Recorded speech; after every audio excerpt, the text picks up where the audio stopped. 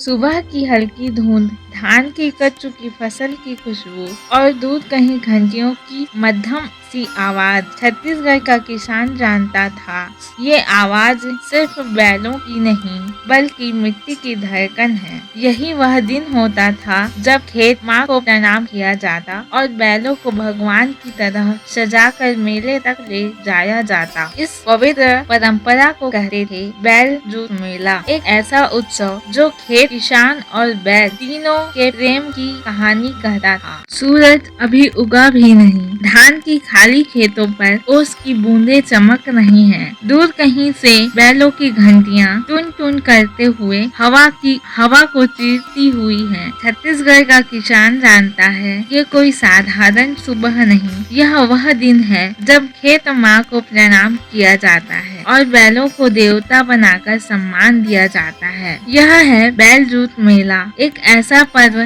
जो खेत, बैल और किसान को एक ही धागे में बांध देता है। बालोद, राजनांदगांव और दुर्ग क्षेत्र यही होता था यह अनोखा ग्रामीण उत्सव। धान कटने के बाद जब खेत खाली और शांत हो जाते थे, किसान इस मेले को खेती की अंतिम विदाई और अगले साल की खुशहाली की शुरुआत मानते। छत्तीसगढ़ में खेत सिर्फ जमीन का टुकड़ा नहीं बल्कि माँ है। किसान चारों दिशाओं में तिलक लगाकर कोरी रेखा पूजे करते हैं, फिर खेत के मध्य से थोड़ी मिट्टी निकालकर पूजा करते, जिसे ओल्हा या कंडी मिट्टी कहा जाता। पूजा के बाद यह मिट्टी वापस खेत को सौंप दी जाती, जैसे माँ के चरण छूकर आशीर्वाद लेना। मेले से पहले बैलों को तालाब या नदी में नहलाया जाता। सबसे पहले माथा धोया जाता, फिर गर्दन, फिर पैर। इस पद्धति को पोरा पान कहा जाता था, जो बैल का पवित्र स्नान माना जाता था। उसके बाद रंग बिरंगी सजावट, सींगों पर लाल पीला रंग, गले में घंटियां, पीठ पर झूल और माथे पर हल्दी कुमकुम का देव तिलक। उस दिन बैल सिर्फ पशु नहीं, घर के देवता होते। पूजा के दिन बैलों को भी विशेष प्रसाद दिया जाता, गुड़, चना, दही और गर्म देशी रोटी। महिलाएं काजल, हल्दी और दीपक से बैलों की बलैया उतारती। मान्यता थी कि इससे बैल पर कोई विपदा नहीं आती। मेला शुरू होते ही ढोल मंद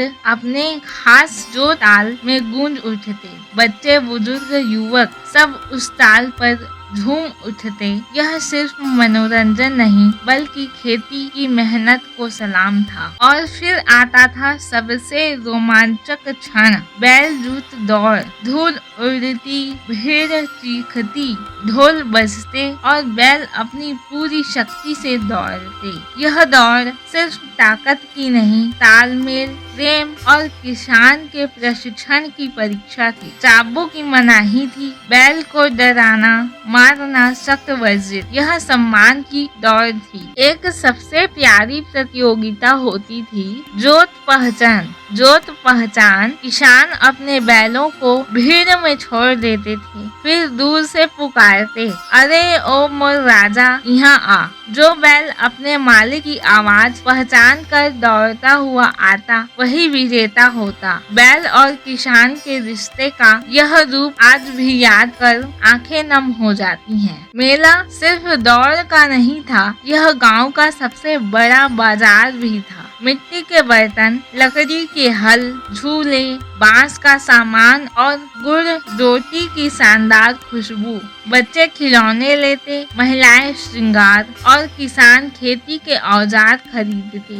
गांव की खुशियां इस दिन चरम पर होती थी। पूजा के बाद किसान बैलों को हल से जोड़कर खेत में एक हल्की सी पहली लकीर खींचते थे। यह माना जाता था कि धरती माँ अगले साल दोगुनी फसल देंगी। यह पहला निशान किसानों के लिए शुभता का प्रतीक था। आज जब मशीनें खेत जोत रही हैं और बैलों की जगह ट्रैक्टरों की गरज सुनाई देती है, तब बैल जूत मेले की याद और भी गहरी हो जाती है। ये सिर्फ एक मेला नहीं था, ये मिट्टी से जुड़ने का संस्कार था। ये हमें सिखाता था कि खेत माँ है और पशु हमारे साथी नहीं, घर के सदस्य हैं। हो सकता है यह परंपरा अब पूरी तरह जीवित न हो, पर इसकी आत्मा अभी भी छत्तीसगढ़ की हर खेत की मिट्टी में सांस ले रही है। और शायद किसी दिन कोई बच्चा फिर से अपने दादा से पूछे, दादा बैल जूत मेला कब होगा? और वह पुरानी धूल, पुराने ढोल की आवाज फिर से खेतों में गूंज उठे। क्योंकि संस्कृति कभी मरती नहीं, वह बस इंतजार करती है फिर से जी उठने का। लेकिन जैसे जैसे मशीनें आईं, परंपरा पीछे छूटी गई। न बैल दौड़ होती, न खेत मातर पूजा। आज कई बच्चों ने बैल जूत मेले का नाम तक नहीं सुना। संस्कृति की एक सुंदर धरोहर धीरे धीरे मिटती जा रही है। परंपराएं मरती नहीं, वे बस हमारे इंतजार में होती हैं। बैल जूत मेला सिर्फ उत्सव नहीं, यह हमारी मिट्टी, हमारी मेहनत और हमारे संस्कारों की सांस है। हो सकता है आज यह मेला शांत हो गया हो, लेकिन इसकी आत्मा हर खेत में, हर किसान के दिल में और हर बैल की आंखों में अब भी जीवित है। शायद किसी दिन कोई बच्चा फिर पूछे, दादा बैल जूत मेला फिर कब होगा? और वही पुरानी ढोल की आवाज फिर से खेतों में गूंज उठे। क्योंकि संस्कृति तब तक जिंदा है जब तक उसे कोई याद करता है, और आज आपने भी उसे याद किया है।